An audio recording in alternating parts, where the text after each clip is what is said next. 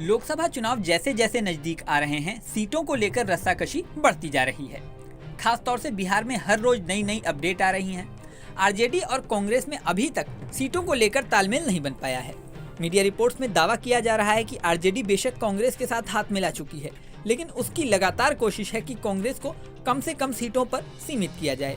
दावा तो यहाँ तक किया जा रहा है कि शुरू में कांग्रेस ने 40 में से 12 सीटों की मांग की थी, लेकिन बाद में बातचीत करते करते 8 से 9 सीटों पर मामला आ गया। हालांकि इसका भी अभी तक ऑफिशियल ऐलान नहीं किया गया है। कांग्रेस को और भी कम सीटों यानी 6 सीटों तक समेटने की कोशिश की जा रही है। दावा किया जा रहा है कि इसके लिए आरजेडी ने खास रणनीति तैयार की है।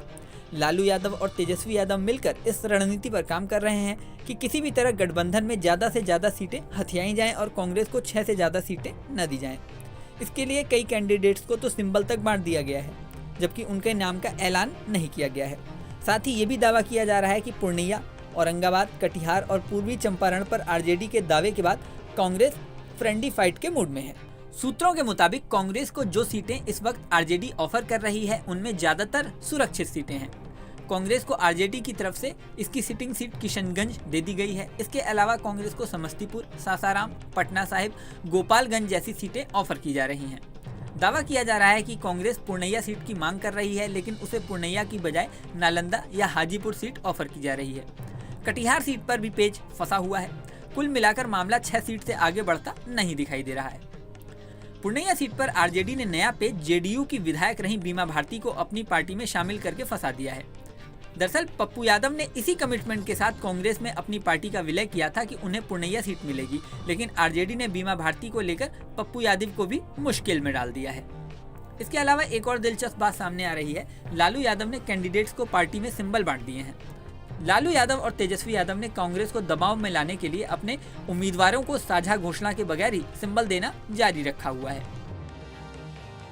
बात पहले चरण के उम्मीदवारों से आगे निकल चुकी है और लगभग सभी चरण के उम्मीदवारों को सिंबल दिया जा रहा है।